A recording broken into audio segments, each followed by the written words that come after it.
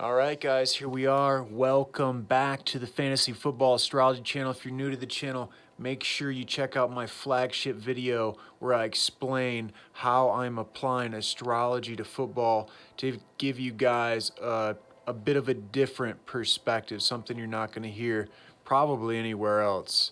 And so I've got this channel I've been going for about a week and a half now. I've already got 50 some subscribers, 56. Kudos to you guys, really appreciate it. And so they got me going on this top 5 waiver ads. And so I'm going to do my best here. I'm going to give you guys some interesting things to think about. And we're going to try to give these top 5 waiver picks, and I'm going to give them in order of their value, right? I'm going to start with the highest value first. And keep in mind, these are all the guys that are available in my league. Okay, I'm using one of my leagues here to determine who is left in the waivers. And so if you see a guy on your league that is available in yours and you value him really highly, and I'm not talking about him, of course, guys, trust your instincts first, right? That's why we're playing this game. We're here always fine-tuning our instincts and our precognitions and our predictive sciences, right? So these are all fun practices, intuition, logic, all this stuff's coming into play, and that's why we love fantasy football so much. So, okay, cool. Now that we got that out of the way, first pick, highest pick for the waivers this week, probably the only pick I will actually try to get is Justin Jefferson, right? This guy's a no-brainer across the board. I've already talked about his astrology in another video. So if you want to see that, I think it was 2 videos back, I titled the video Justin Jefferson, so you know exactly what to look for. That is such an obvious no-brainer that I don't even know if I should consider him in my top 5 list because, yeah, duh, Justin Jefferson, incredible talent. He's coming out strong, and the Vikings really have nowhere else to go, right? There's not going to be somebody coming off the bench like maybe Aiyuk will have to deal with Deebo Samuel and a plethora of other guys, but with Justin Jefferson, he's kind of the lone wolf there. He's probably more talented than Thielen even, and so really obvious pick there. Second pick, and I hope I'm going to be surprising some people with this. And I did a little background research on Brian Hill, right? I really think out of all the backs that you could add, there's Carlos Hyde. They're saying Chris Carson's only going to be injured for about a week, maybe a week and a half, if that. So Carlos Hyde isn't really that valuable this week, but Brian Hill could emerge as Atlanta's just absolute number 1 back, right? And so Brian Hill is probably worth a waiver ad this week, actually. So I have to take back what I said when I said I wouldn't use a waiver pick on anyone else but Justin Jefferson. I also would use a waiver pick on Brian Hill, right? And I'm always going to value running backs on this channel more. Just so you guys know, I value running backs more. They're a harder position to fill. And so even with Brian Hill having the potential to usurp Todd Gurley as the lead back, I still think Justin Jefferson is a higher value. So that just speaks to the ad that he is this week. And we'll see it across the board. He's going to be almost impossible to get unless you have a top waiver pick. Or you're in a league who people just aren't paying attention or whatever it is. But Brian Hill, check this out. This is cool. The astrology, right, when we're talking about running backs and who's going to get the starting job, I've talked about this a few times before. We're looking at the head coach, okay?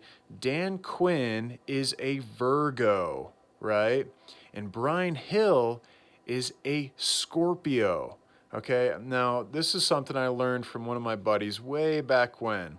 He said, and he was a Virgo himself. Wait, I apologize. He was a Scorpio himself. And he said, you know something interesting about Virgos and Scorpios?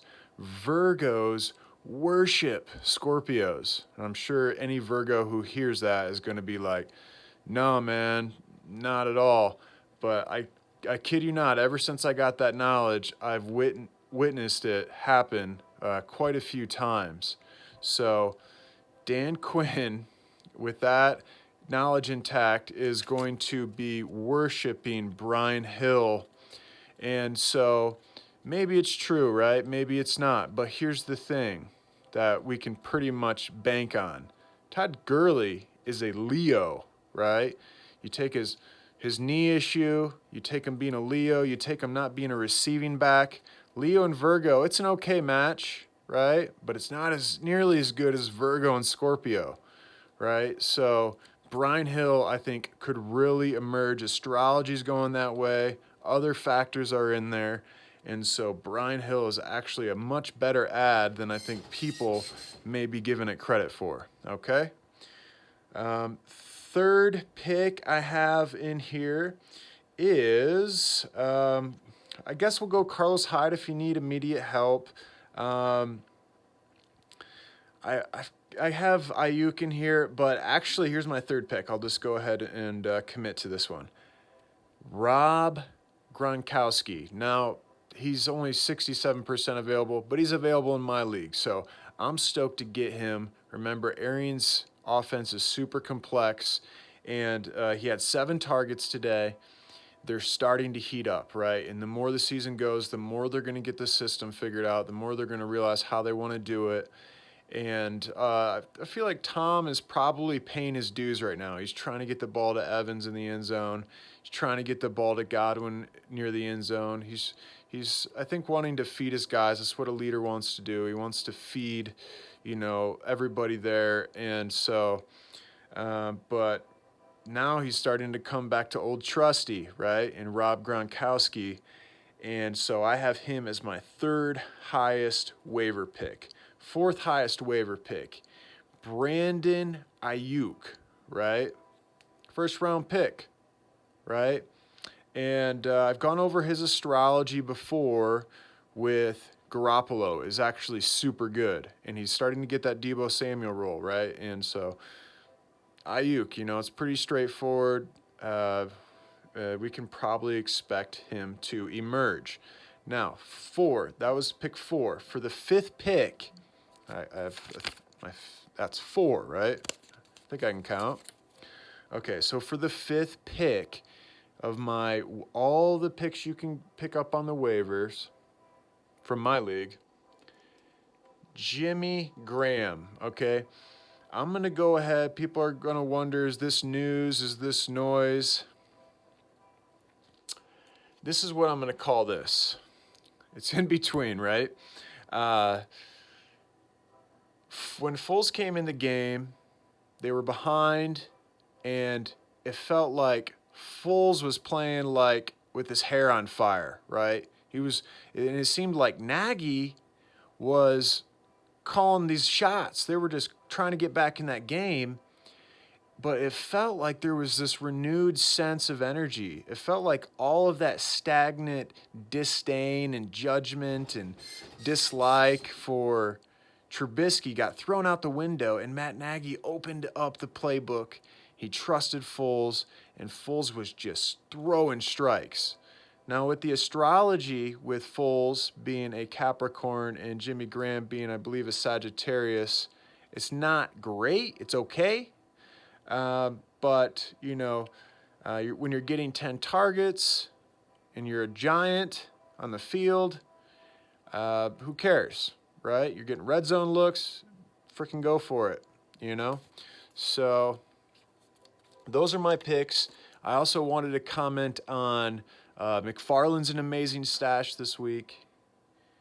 Hurts is a very interesting stash. Those guys probably won't pan out for maybe a couple weeks, but when they do, they could be really good. Okay, Jeff Wilson was on my waivers, but he has Philly next week, and I'm expecting Mostert to be back by then. So, intriguing ad, but Philly's got a tough run D. You're probably going to try to get it done through the air against Philly. And so that's what I have for that, guys. Thanks for making it all the way this far. And I just wanted to drop a quick bit of knowledge from my last video. I was talking about trade Kenyon Drake, and I was getting some, not a lot of people seem really convinced. They still want to hold on Kenyon Drake, and I respect that, you know, but there was a couple points I wasn't able to talk about in the video because a mailman was driving in my driveway, distracting me. But a couple of things I didn't mention was DeAndre Hopkins has really changed the way this offense runs, right? They can really depend on Hopkins for those first down gains, possession gains, and those red zone looks. And so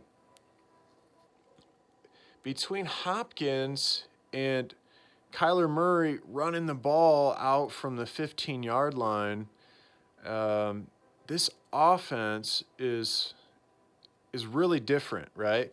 Not to mention this is another factor. Kenyon Drake's 14, 15, and 16 isn't awful, but it's not that great. It's pretty tough. So he's got a tough playoff schedule. And you guys, if you're watching the channel, you know I'm looking for that.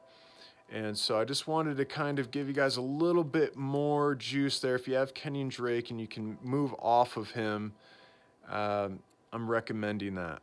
Okay, and I feel really confident in doing so. So there it is, guys. Top 5 waiver list and some other sporadic things I'm throwing at you. Just trying to give you guys a nice full plate. I know you're always digging the knowledge, and appreciate you guys, and I'll see you in the next video.